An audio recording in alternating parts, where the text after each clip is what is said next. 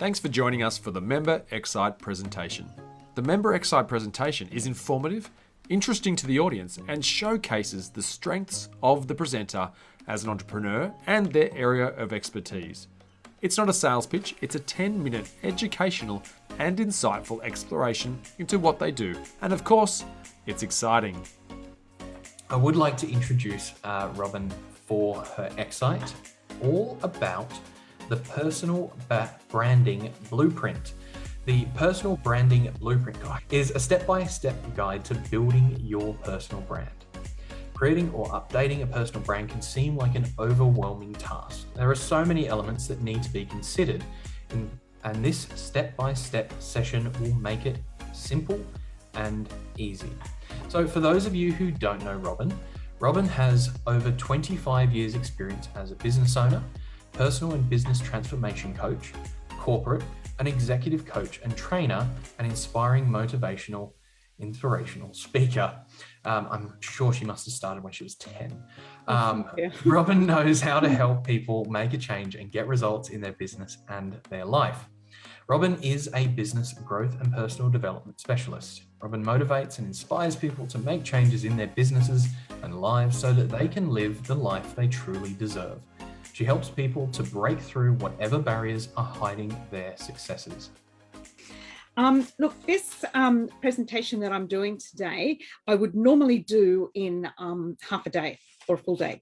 So I am going to just go through the main points today, like a bit of a checklist about personal branding, and you can have a checklist of what you're doing or what you need to improve in your business. But what I have got is, some notes here, quite a decent little book on personal branding. So I will email that out to all of you, and also your personal branding checklist. So if you can just pop your email in the chat, and I will remember to save it, and I'll pop those all in an email to you this afternoon. And that will make a lot more sense of my presentation, because this is just a really, really quick outline for you. So let's see if we can share my screen. How we go? You got it? Great. So it's the full screen. It's not just the little, my note one. Great. Okay. So we are talking about personal branding today. I think sometimes when we think of branding, we think of, the big yellow M or the Coca-Cola sign or the Nike tick. And Matt, I love what you said before actually about having worked for Telstra and how now you want to work personally with people. And that's what we're talking about when we're talking about personal branding. So branding is just so much more now than those, big logos that we all know about. And we were probably all, like I've been around the block a few times. That's what we used to think of when we thought about marketing, but it's so much more than that now. So we're going to have a look at personal branding. And let's hope that this is going to move on for me, should I? Okay, so the what and why of personal branding. So to put it very simply, in essence, personal branding is the combination of who we are, what we're doing, and how we're doing it. It's our purpose, our character, and how our audience or our tribe, our customers perceive us. So what that really means is, and you will have heard this said lots of times, we are our brand. So we are the brand in our business. So we're all brands, even though you may not think you have your own personal brand, we are all brands. Even if you think about your personal Facebook page, that is your personal brand. Have a look and see what kind of things that you put on there and what you share. They are your brand. What do you put there for your family and friends? What do you want people to know about you? We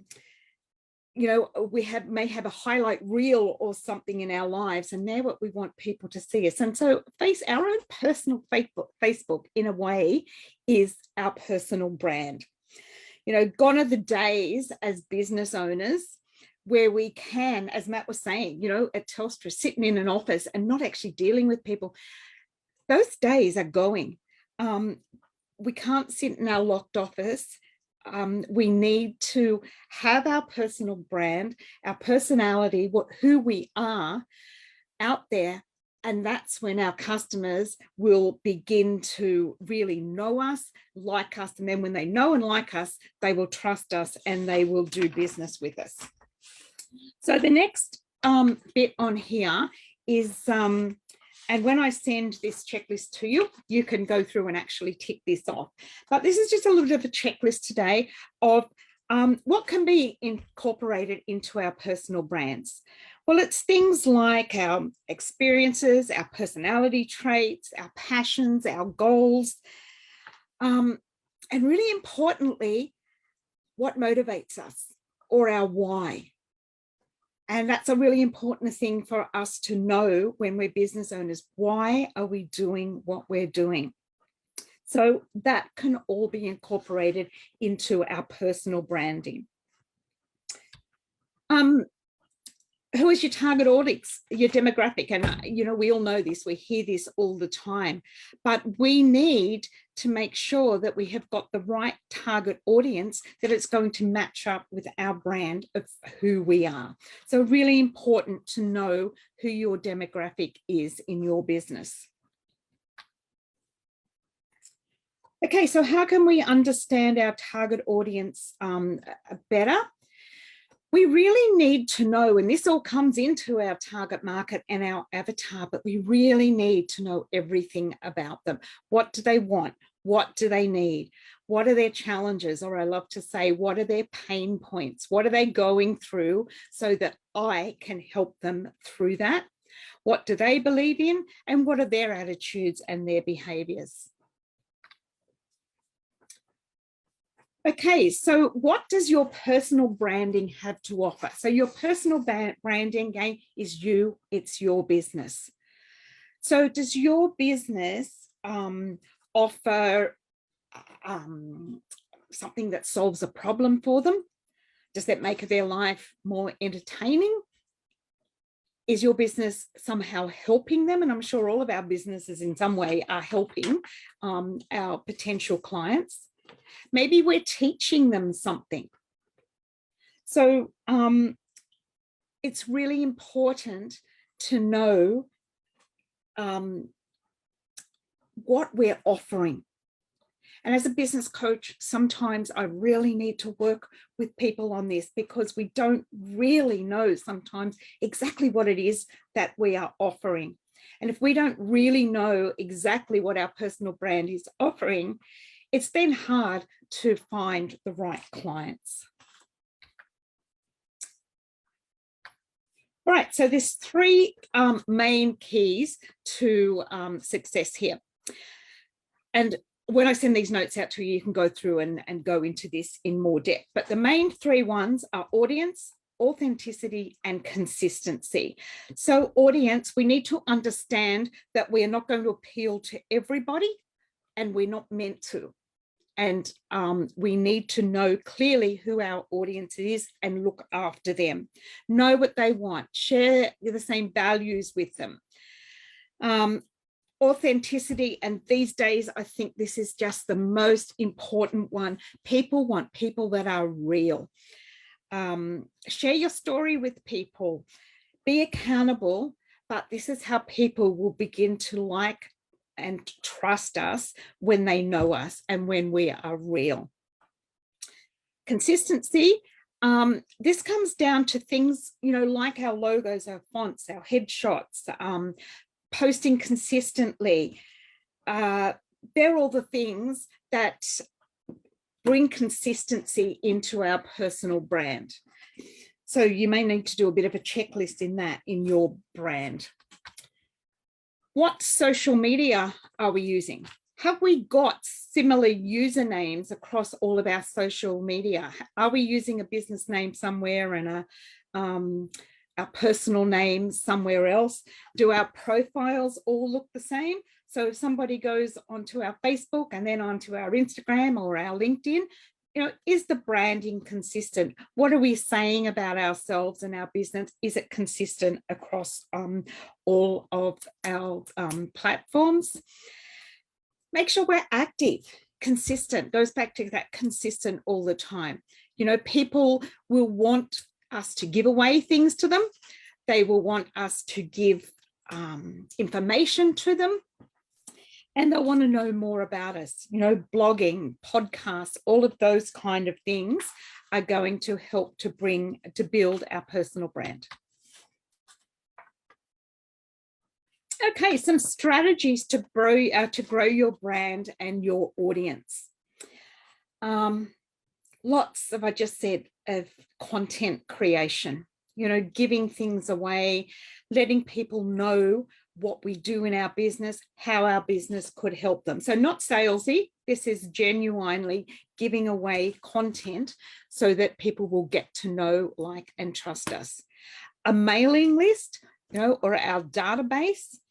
I think these days, and it's just something that I have just started to bring back into my business, is actually physically send someone something in the mail.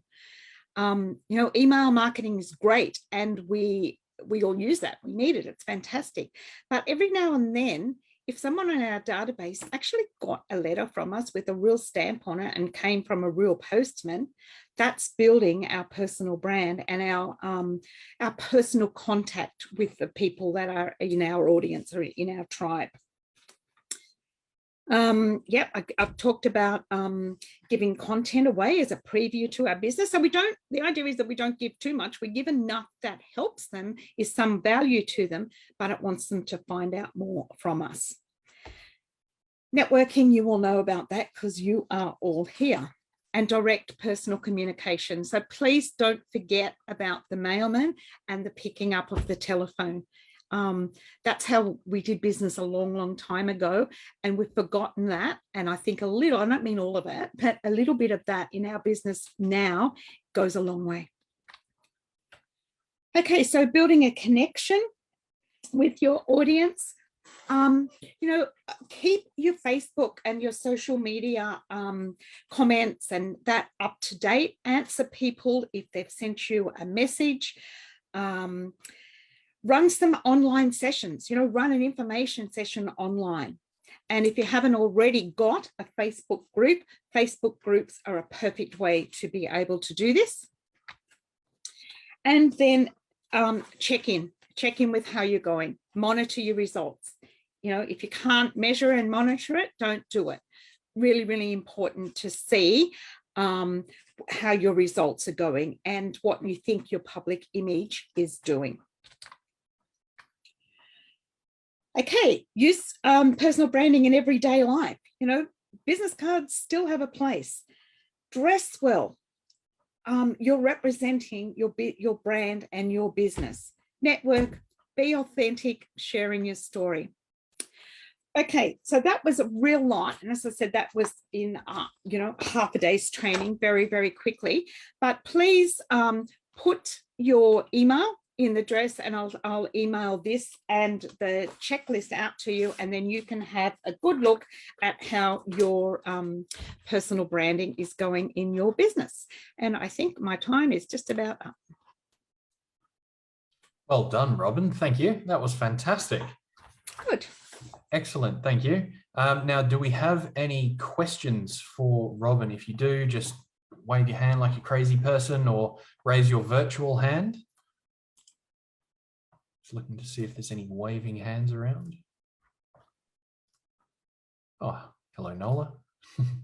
Oh, yep. Oh, Carol. Yes. Yes. Hi, thank you so much, Robyn, for your presentation. Great recap and also new insights. Love it. I'm always curious to know more about the branding in terms of naming your business as your first name, last name, something like there's this part in the name or just that, yeah. Versus a name that has nothing to do with you. Yeah, it's a really interesting one and something that I went through myself a couple of years ago. And I still have the name of my business as Alderman Outcomes Coaching and Training. And that I had for a long, long time. It's still probably, being thrown around. And my coach actually suggested that in my type of role, now it's going to be different. I'll ask you in a minute what you do too, because it's different to what you do. I have totally rebranded a couple of years ago under Robyn Ratcliff, Success Coach, because people in my type of business are buying me, right? Now that may not be the same as McDonald's, because they're not buying the manager in McDonald's, they're buying the product that we all know about. Right. So depending on what is your business, Carol? So it's leadership and communication training. Okay. So do you have a lot of trainers, or are you the only trainer? At the moment, I'm the only one. Okay. But you plan on having more trainers? Yes, I'm planning to scale, of course. Yeah. I think then that you keep the business name and not so much the personal name, because if you have other trainers in your business and it's just under your name, it just represents you, However, you could promote your trainers as, like Carol, trainer from this business, and get people to know your individual trainers. Does that make sense? Yeah, absolutely. So in other words, depending on what is the service that we offer. Yes. If it's something that is still a solopreneur practice, let's say practice, because people are buying you and specifically the way you do things, yes, then you might as well start with your first name, last name. Yes. If you're planning to scale and have team members, then shifting to a more like a global name where you can include other people to join your mission. But make sure that your website and your social media is promoting and getting people to know you, and this is our trainer, whatever. Make sure you do video, Facebook Lives and those kind of videos as a trainer of your company. Thank you so much. Okay, no Wonderful. worries. Thanks, Robyn. Okay, were there any other questions? Rodney, were you waving your hand before? No? Okay, now you're shaking your head.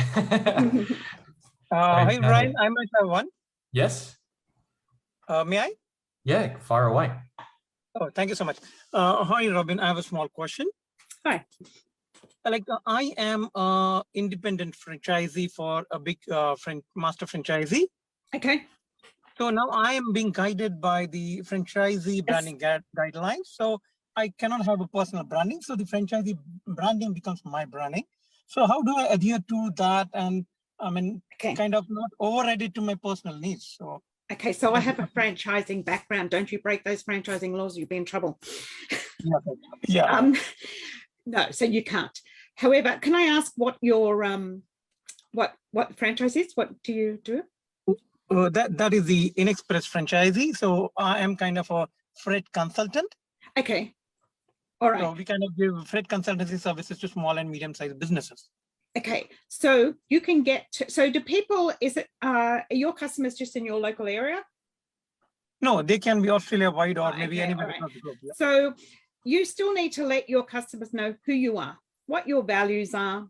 So you are promoting yourself as your personal brand is you as a franchisee of the company. Okay. So because sorry, what was that? That means the master franchisee overrides everything personally. Yeah. About you. So you can't have your own Facebook page and promote yourself and talk to your customers. You're not allowed to do that? No, I'm allowed to do that till the time I use the name Inexpress. I can't do it as on my business name, which is XYZ Logistics. No. Yeah. It has to be. So your aim is to say, this is me. I'm a franchisee of whatever the company is. But just get them, get them to know you as a person, what your values are, why you do what you do, and that kind of thing. But no, you can definitely not break franchise rules. Don't do that. Okay. Thank you.